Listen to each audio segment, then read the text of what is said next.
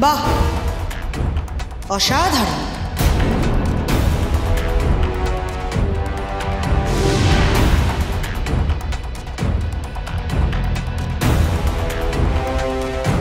রায়চৌধুরী বাড়ির প্রতাপ রায়চৌধুরীর বড় ছেলের দুবার করে বিয়ে হচ্ছে।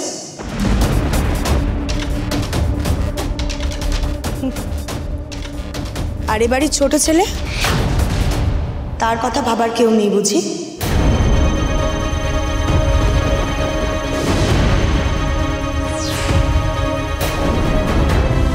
এই বাড়িতে কি আর একজন কেউ নেই যে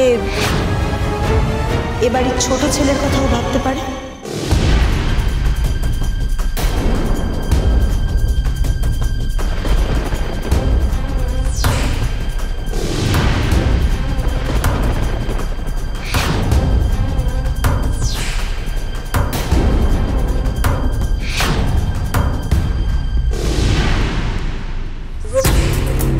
এক্সকিউজ মি, রায়চৌধুরী বাড়ির ছেলেদের নিয়ে চিন্তা করার জন্য আমাদের পুরো ফ্যামিলি আছে, কিন্তু আপনি কে, যাকে কেউ চেনে না জানে না, অথচ সে এসে আমাদের পরিবার সম্পর্কে নাক গলাচ্ছে?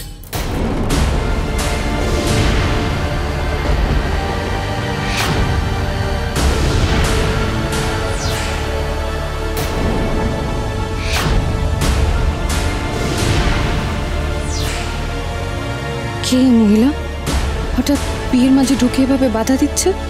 কি হলো, চুপ করে আছেন কেন? বলুন, রায়চৌধুরী পরিবার নিয়ে ভাবতে গিয়ে নিজের পরিচয়টাই ভুলে গেলেন নাকি? বলুন, কে আপনি? তুই আমায় চিনবি না রে বাবা, কিন্তু আমি যে মা, আমি আমার সন্তানকে চিনতে ভুল করব না।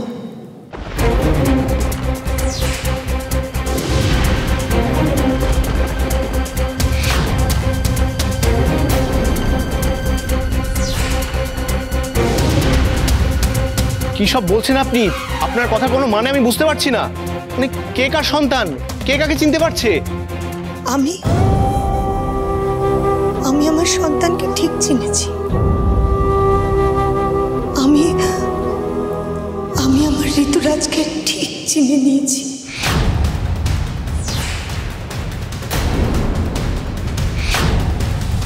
আমি যে তোর মা,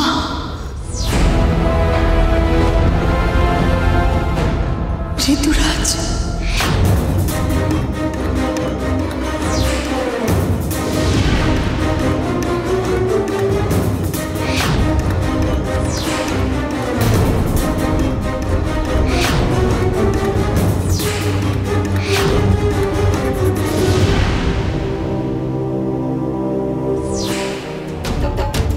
ঋতুরাজ তোমার নিজের ছেলে না হলেও ওকে তুমি যে ভালোবাসায়, যে মমতায় বড় করে তুলেছ, সত্যি তার তুলনা হয় না কল্পনা।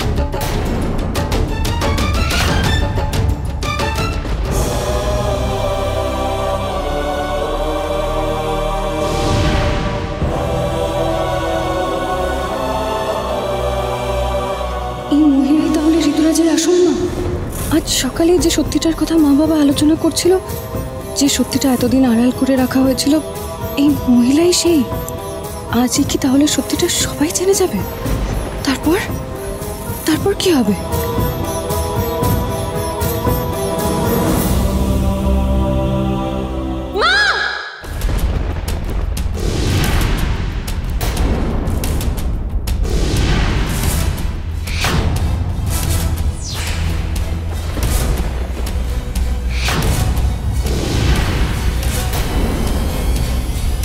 বোবা, মা! মা, মা, বিমলা, জলদি আয়। মা, বোবা, মা, মা চোখ খোলো, মা, মা! মা চোখ খোলো। কল্পনা, মা, জল দাও, জল দাও। মা, মা তোমার শরীর খারাপ করছে? মা! মা ওঠো, মা! মা ওঠো, মা। কল্পনা, মা, চোখ খুলুন, মা। জলটা খাইয়ে দে, সকাল থেকে উপোস করে আছে, মাথাটা বোধহয় ঘুরে গেছে।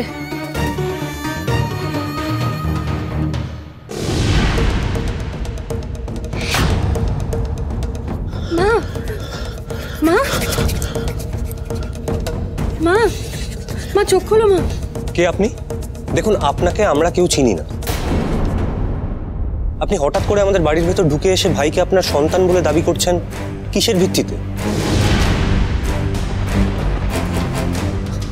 আপনার সাহস দেখে তো আমার অবাক লাগছে। আপনি জানেন এই দাবিটা করার জন্য আমি আপনার বিরুদ্ধে মামলা করতে পারি।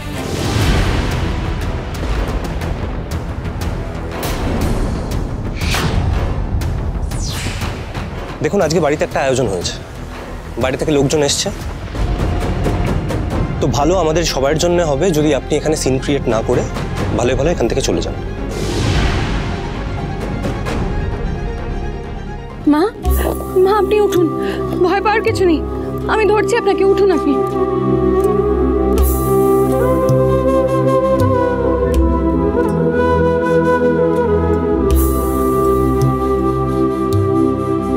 জানি রুদ্র, আমি জানি যে আমি একটা বিশেষ মুহূর্তে এ বাড়িতে এসে পড়েছি।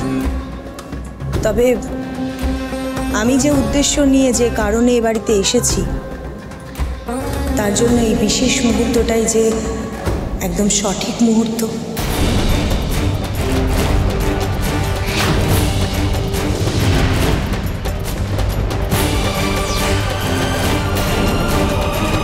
কারণ আপনার সেই বিশেষ কারণটা কি, সেটা কি একবার জানতে পারি? যে জন্য আপনাকে এরকম একটা বিয়ে বাড়িতে অবাঞ্ছিত গেস্ট হয়ে ঢুকে পড়তে হলো। দেখো, আমি তোমার বিয়ে ভাঙতে আসিনি, তাই কোনো মিথ্যে দাবি নিয়ে এই অনুষ্ঠান পণ্ড করাটা আমার উদ্দেশ্য নয়। তোমার যদি মনে হয় যে আমার দাবিটা মিথ্যে দাবি, তাহলে একবার ভেবে দেখো, আমার এই মিথ্যে দাবিটা শুনে তোমার মা এত ভয় পেয়ে গেলেন কেন?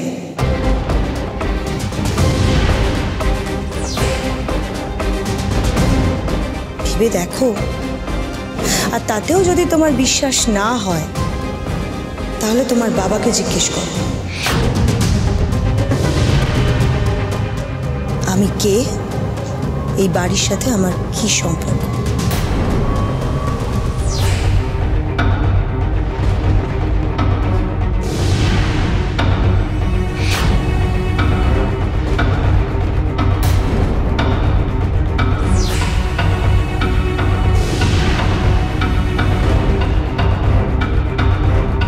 বাবা, তুমি চেনো ওনাকে?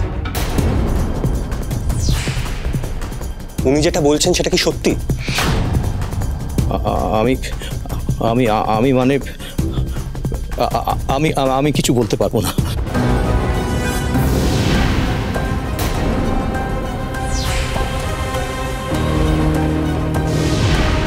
তোমার কাছে উত্তর নেই?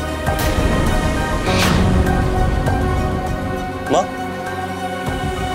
তুমি নিশ্চয়ই আজকে সত্যিটা গোপন করবে না? তুমি নিশ্চয়ই আমাকে বলবে সত্যিটা কি। প্লিজ বলো আমায় সত্যিটা কি মা।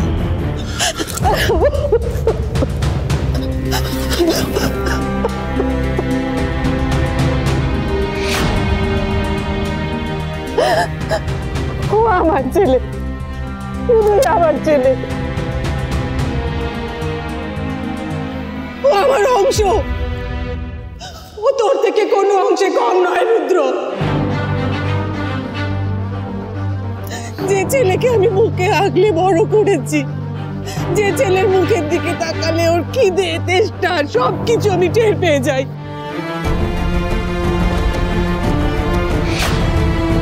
শুধুমাত্র ওকে অন্য কেউ জন্ম দিয়েছে বলে আজ আমাকে মেনে নিতে হবে ও আমার ছেলে নয়।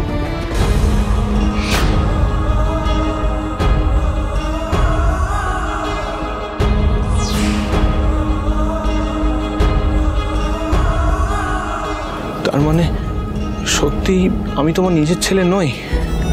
কিন্তু এতদিন তো আমি তোমাকেই মা বলে জেনে এসেছি। এখন কি করে বিশ্বাস করব যে আমি তোমার ছেলে নই?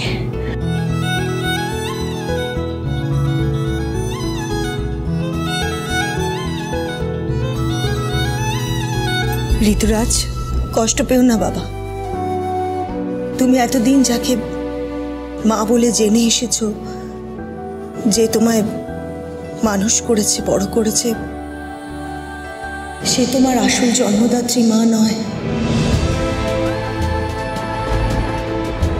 তোমার শরীরে তার রক্ত বইছে না বাবা,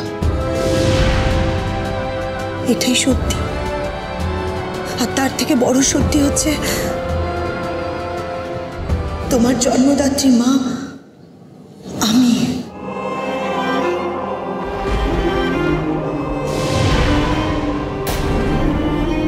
তোমার শরীরে আমার রক্ত বইছে ঋতুরাজ। আজ 25 বছর ধরে আমি এই দিনটার জন্য অপেক্ষা করে আছি। আজ এতদিন বাদে আমি তোমাকে এত কাছ থেকে দেখছি।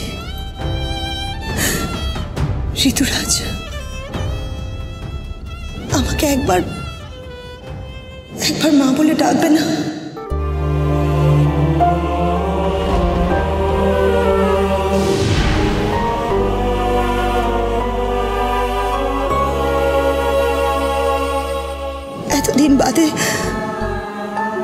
এতদিন বাদে আমি তোমাকে কাছে পেয়েছি।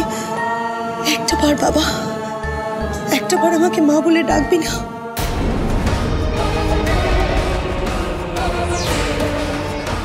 একটা বার বাবা, একটা বার আমাকে তুই মা বলে ডাকবি না প্লিজ? আপনি আমার মা? না,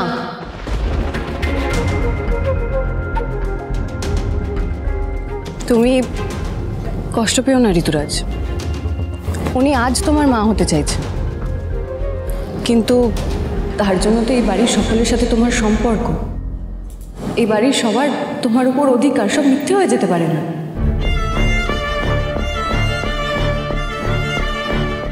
যে বাড়িতে তুমি ছোট থেকে বড় হয়েছো, যারা তোমাকে কোলে পিঠে করে মানুষ করেছে, আজ তারা সবাই তোমার পাশে আছে ঋতুরাজ। তারাই তো তোমার আপনজন। তাহলে তুমি কেন কষ্ট পাচ্ছ? শুধু দাবি করলেই মা হয়ে ওঠা যায় না।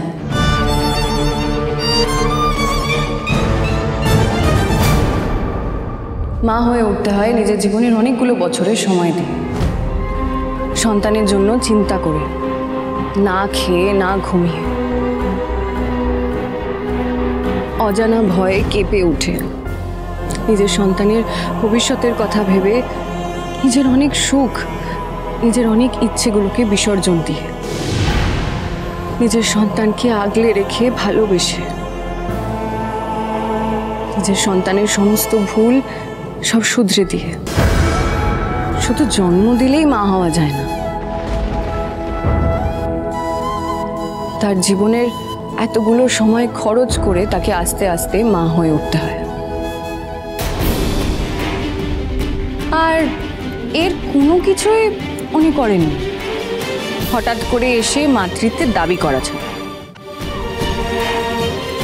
তুমি ভেবে দেখো ঋতুরাজ, এই সমস্ত কিছু যে করেছে তাকে তুমি নিজের মা হিসেবে চেনো,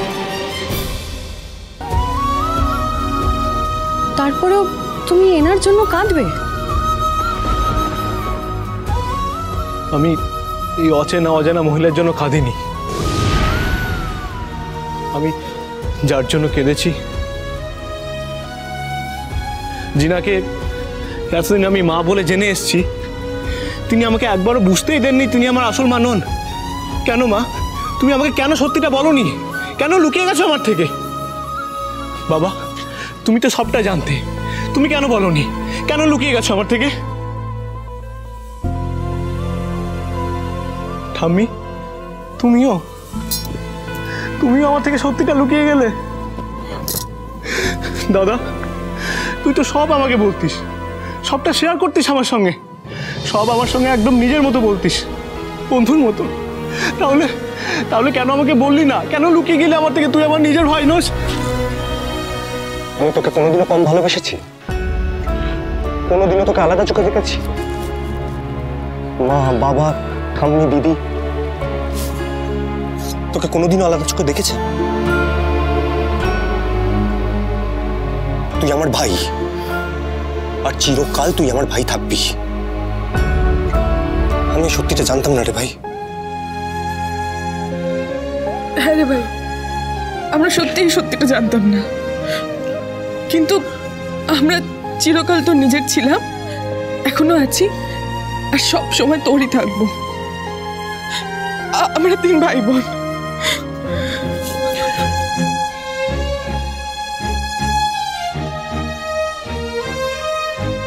সই, আমি জানি না কোনটা সত্যি কোনটা মিথ্যে, কিন্তু এই ছেলে মেয়েগুলোকে কষ্ট পেতে দেখে আমার কষ্ট হচ্ছে। তুমি কিছু করো, তুমি পারবে কিছু করতে, নাহলে এই যন্ত্রণায় কোনো বড় একটা অঘটন ঘটে যেতে পারে। সই, ঠিক বলেছো সই। আমি দাঁড়িয়ে দাঁড়িয়ে দেখলে আমার পরিবারটা ধ্বংস হয়ে যাবে, আমাকে আটকাতেই হবে এই ধ্বংসলীলা। এই যে মেয়ে,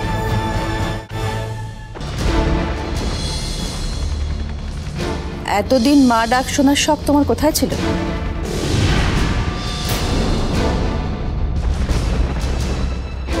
এতদিন বাদে এসে এইসব কথা বলছো একটা শুভ দিনে? তোমার মতলবটা কি একবার খোলসা করে বলো তো দেখি। মতলব? আমি তো কোনো মতলব নিয়ে এ বাড়িতে আসিনি।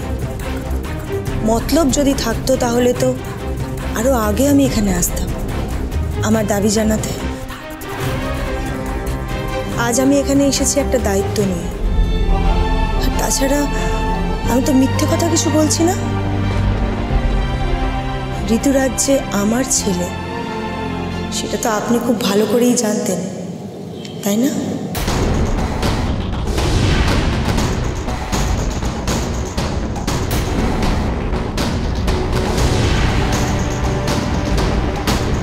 দামিনী, চুপ করো। জন্ম দিলেই মা হওয়া যায় না। আমার বৌমাকে দেখো, ঋতুরাজকে গর্ভে ধরেনি, কিন্তু সন্তান স্নেহে ওকে মানুষ করেছে। কোনোদিন বুঝতে পর্যন্ত দেয়নি ও নিজের মা নয়, ঋতুরাজি ওকে মা বলে জানে।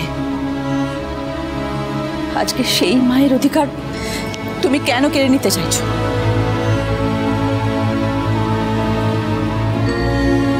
কিছুই কেড়ে নিতে আসিনি আমি। আর কোন মায়ের অধিকারের কথা বলছেন আপনি? আপনার ছেলে তো আমাকে স্ত্রীর অধিকার দেয়নি।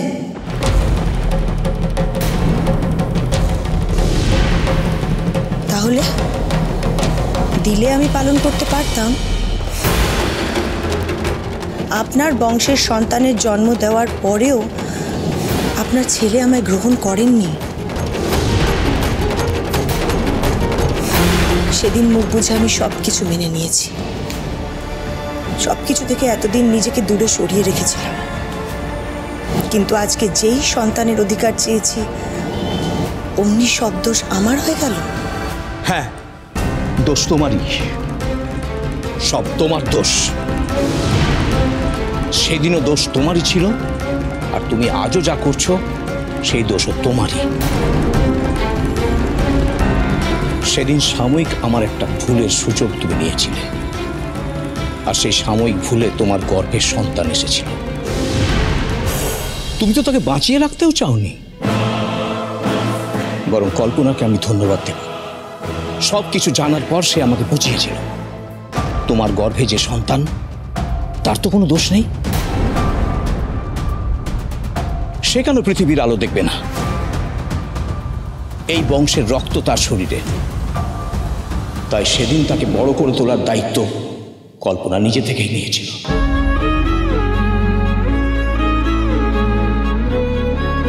আর তুমি তো এইসব সবাইকে জানিয়ে, আমাদের হুমকি দিয়ে আমাদের কাছ থেকে অনেক টাকা নিয়েছো। এটাও বলেছিলে যে টাকা নিলে তুমি আমাদের জীবনে আর কোনোদিনও আসবে না। টাকা তো তোমাকে আমি দিয়েছিলাম, তুমি যা টাকা চেয়েছো সেই টাকাই তোমাকে দেয়া হয়েছিল।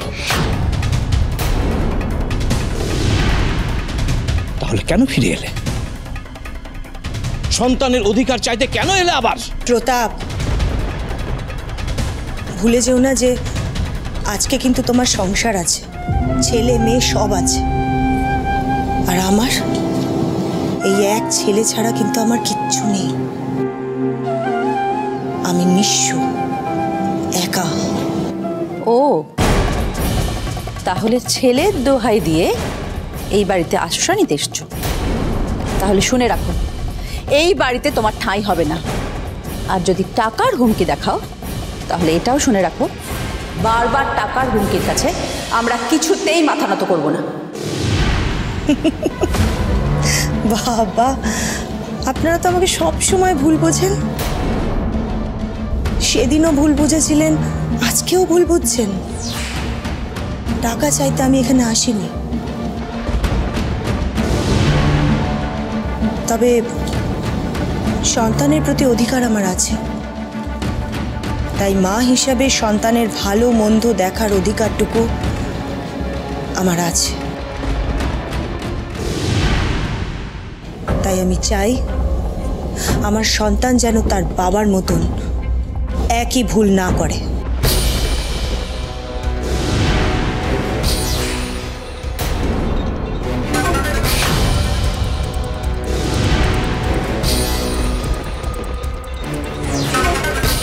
ভুল? কোন ভুলের কথা বলছো? একটু আগে প্রতাপ বলল না, একটা মুহূর্তের অসতর্কতার জন্য যে ভুলটা করেছে আজকেও তার মাসুল গুনতে হচ্ছে। আমি চাই না আমার সাথে যে অন্যায়টা হয়েছে সেটা আরেকটা মেয়ের সঙ্গে হোক। আমার যেভাবে কপাল পড়েছে সেটা আরেকটা মেয়ের সেভাবে কপাল পড়ুক। তাই আমি চাই যে আমার ছেলে যার সাথে এই অন্যায়টা করেছে, আমার ছেলে তাকে স্ত্রী হিসেবে গ্রহণ করুক।